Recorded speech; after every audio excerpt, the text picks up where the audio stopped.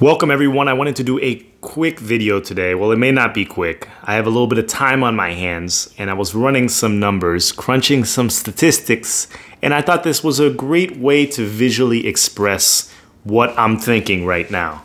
I want to preface this video by saying that you're probably going to feel one of two ways after this video. You're either going to feel indifferent or you're going to be probably annoyed that I went through all this effort to make this video. And it may not even make sense, but I'm a visual learner, so I like to see things in front of me, and that's how I learn. So let me show you what I did. This is a game of Monopoly, and Monopoly Nintendo Edition. And on the left side, I have Bitcoin. You can see by that poorly printed Bitcoin logo over there. And on the right side, I have Cardano. So basically how Monopoly works, the purpose of the game is you have to amass a certain amount of wealth and you have to acquire properties. And if people land on your properties, then you pay them rent. So what am I trying to get to here?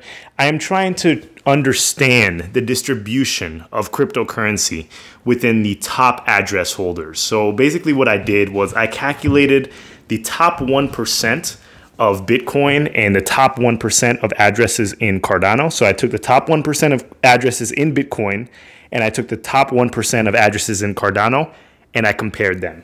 There are a little bit over 23.5 million unique Bitcoin addresses.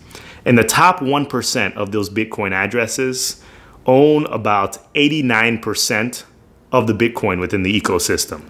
So they own, I believe that there's around a little bit over 17 million coins that are circulating right now.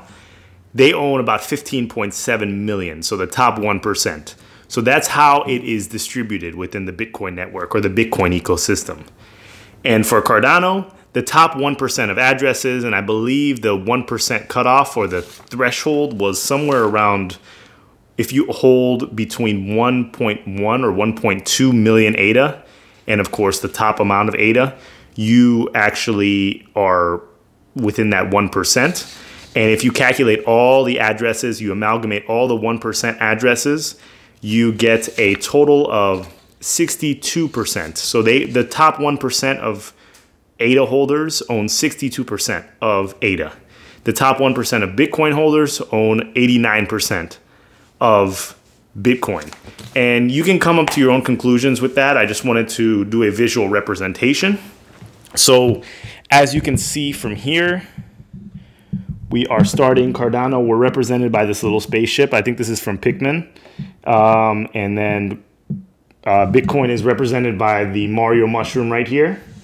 So we have allocated the distribution of what you start with in Monopoly, which is around $1,500. It's exactly $1,500.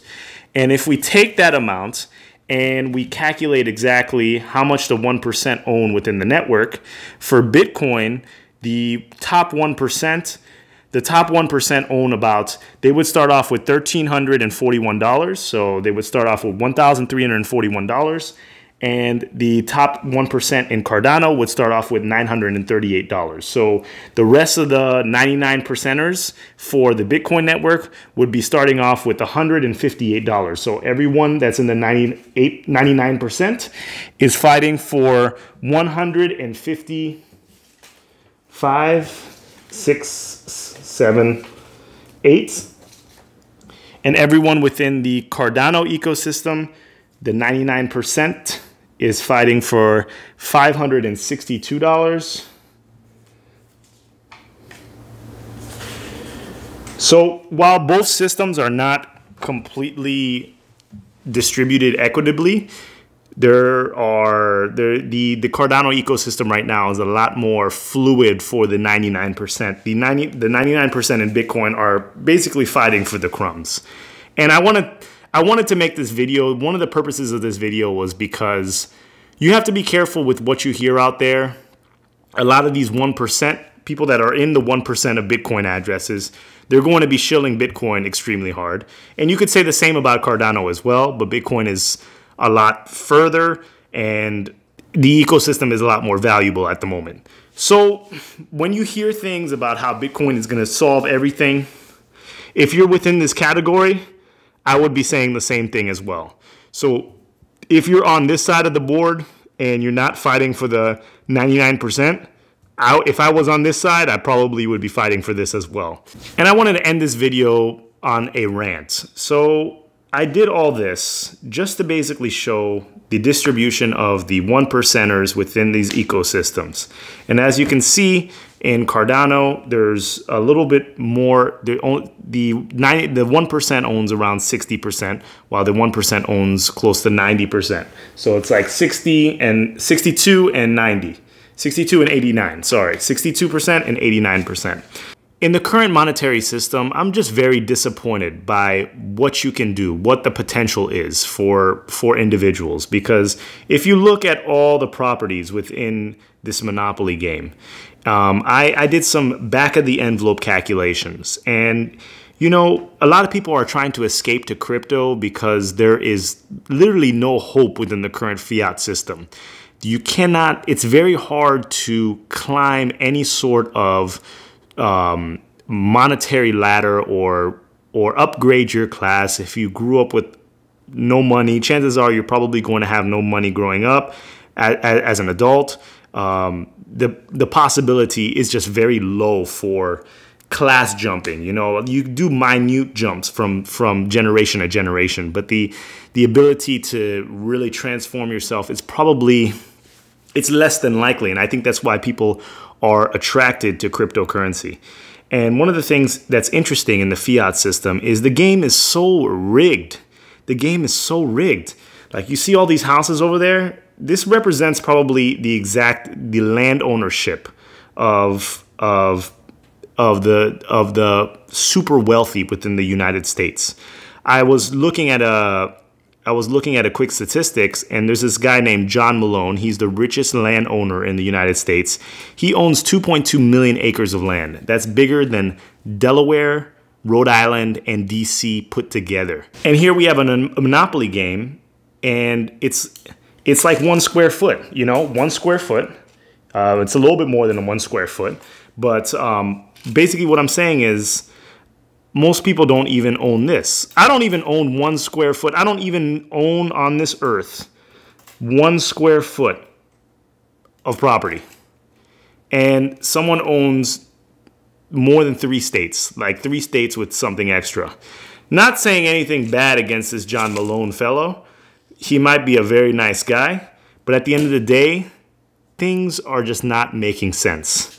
So with cryptocurrency, I really think that we can clear the board, although the economics of the distribution of the cryptocurrency are not 100% equitable. But I think that we can clear the board and give ourselves a chance to build our own property, because the board is clear in crypto. You know, the money is distributed already, but the board is empty.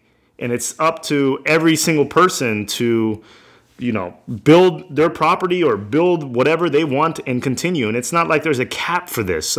I know that the supply is finite, but at the end of the day, you can build something in crypto. You can help build something, and the possibilities are endless. So it doesn't end with this board.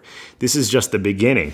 And, you know, I'm tired of fighting for all the properties taken on the board, and the only things that are left are Waluigi and Wario, the worst properties on the map. That's what it's like in the current system. You know, everyone is fighting for those terrible places. I think they're called Baltic Avenue, and I forgot the other one, but they're terrible. Everyone's fighting for the bottom properties, and everything else is taken.